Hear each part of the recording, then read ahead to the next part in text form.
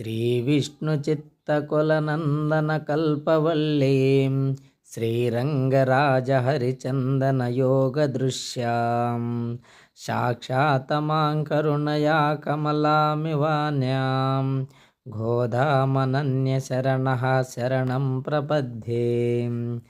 वैदेशिकः श्रुतिगिरामपि भूयसीनां वर्णेषु मातिमहिमानहि मादृशान्ते इत्थं निदन्तिमपि मां सह दैवदोधे मौनद्रुहो मुकरयन्ति गुणास्वदीयः त्वत्रेयसहस्रवणयोरमृतायमानां तुल्यां त्वदीयमणिनूपुरसिञ्जितानां गोधे त्वमेव जननी तुभीष्टवर्षां वाचां प्रसन्नमधुरां मम सन्निधेहिं कृष्णान्वनेन ददेतिं यमुनानुभावां तीर्थैर्यथा वदः गाह्या सरस्वतीं ते गोदेविकस्वरधियां भवते कटाक्षान् वाचः स्फुरन्ति मकरन्दमुचः